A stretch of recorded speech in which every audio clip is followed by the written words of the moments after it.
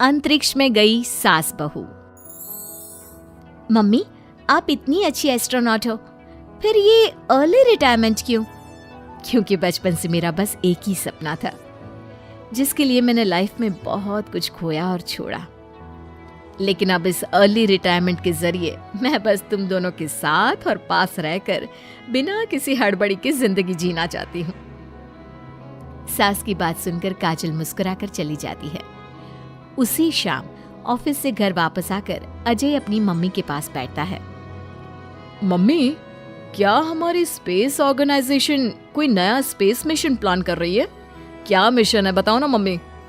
हे भगवान, शरीर इतना बड़ा हो गया लेकिन दिमाग आज भी बच्चों से गया गुजरा है। घर में आया नहीं कि सवाल शुरू। तो तुम जवाब दे दो ना। मैं क्या जवाब दूं? जैसे तुझे मेरे रिटायरमेंट के बारे में पता ही नहीं। इतने समय से तूने मुझे ऑफिस जाते हुए देखा क्या? फिर मुझे कैसे पता होगा? जा, तेरी पत्नी से पूछ, वो रोज ऑफिस जाती है। माँ की बात पर अजय आवाज लगाकर काजल को बुलाकर वही सवाल उससे भी पूछता है, पर काजल उसका कोई जवाब नहीं देती। और बोलो पत्नी से पूछने के लिए।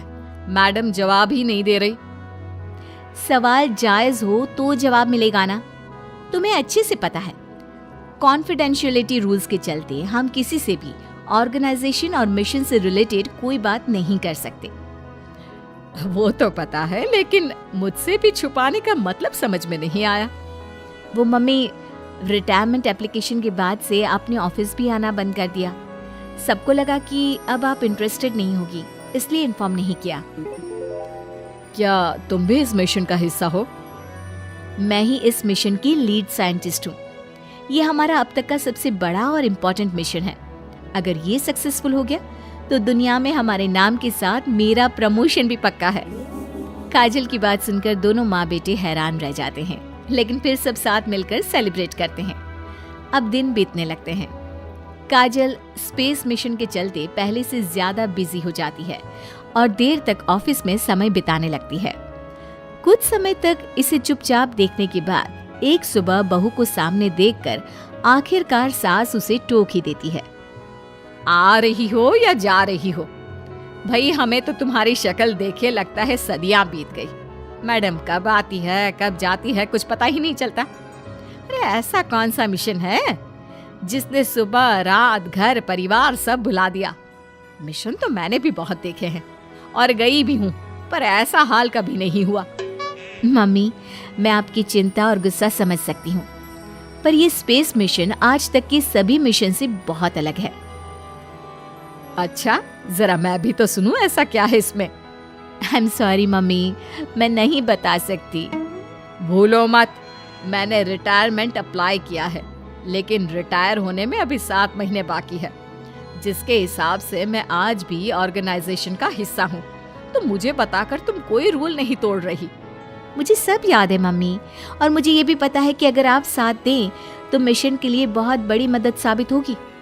पर सीनियर्स ने रूल बनाया है कि इस मिशन की इंफॉर्मेशन सिर्फ उन्हीं के पास होगी जो इसका पार्ट है, और मुझे तो उन्होंने खास अपने पास बुलाकर ये समझाया था। बहू की बात सुनकर सास सोच में पड़ जाती है और अगले दिन खुद भी ऑफिस पहुंच जाती है। ओहो, क्या बात है मैडम, रिटायरमेंट के एप्लीकेशन के बाद तो आपने दर्शन देने भी बंद कर दिए। अरे सर, अगर ईद का चांद रोज निकला करता तो क्या उसका स्वागत इतने जश्न से होता? इस पर सीनियर भी हंसने लगते हैं और दोनों कैबिन में जाकर बैठ जाते हैं, जहां सास बातों बातों में नए स्पेस मिशन के बारे में पूछती हैं।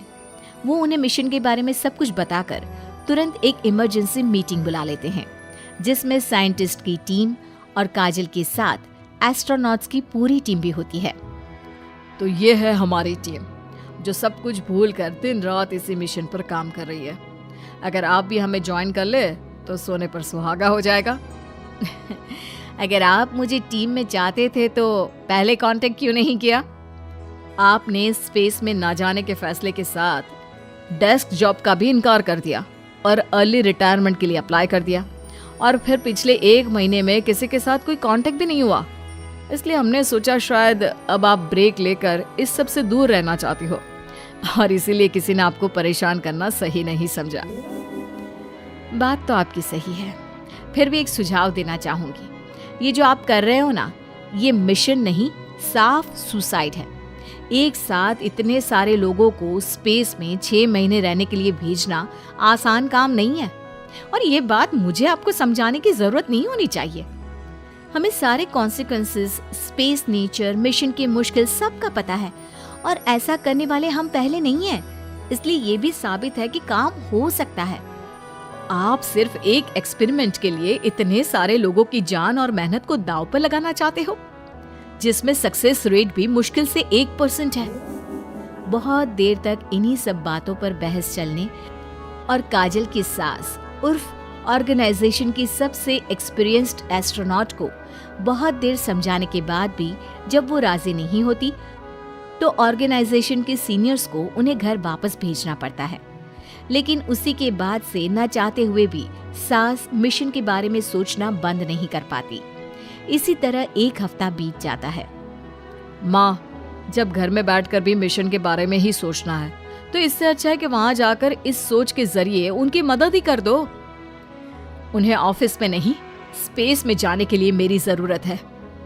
वो चाहते हैं कि मैं हेड एस्ट्रोनॉट बनकर बाकी सबके साथ स्पेस में जाऊं। वाओ, रिटायरमेंट से पहले आखिरी असाइनमेंट की तरह इससे अच्छा और क्या हो सकता है माँ? आपको हाँ बोल देना चाहिए।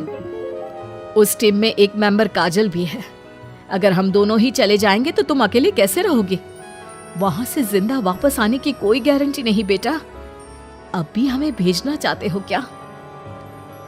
जिस दिन से आपको पहली बार स्पेस में जाते देखा है, तभी से ये डर और पॉजिटिविटी दोनों साथ लेकर जीना सीख गया हूं।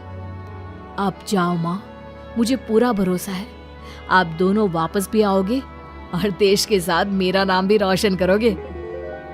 बेटी की बात सुनकर माँ के अंदर हिम्मत आती है और वो एक बार फिर स्पेस ऑर्गेनाइजेशन पहुंच जाती है, जहां उसके फैसले से सब बहुत खुश होते हैं और स्पेस मिशन की तैयारी पहले से ज्यादा जोश में शुरू हो जाती है। कुछ ही समय बाद दोनों सास बहू स्पेस में पहुंच जाती हैं। आखिरकार आज मेरी साइंटिस्ट बहू एस्ट्रोनॉट भी बन गई। सिर्फ स्पेस सूट पहन लेने से कोई एस्ट्रोनॉट नहीं बन जाता।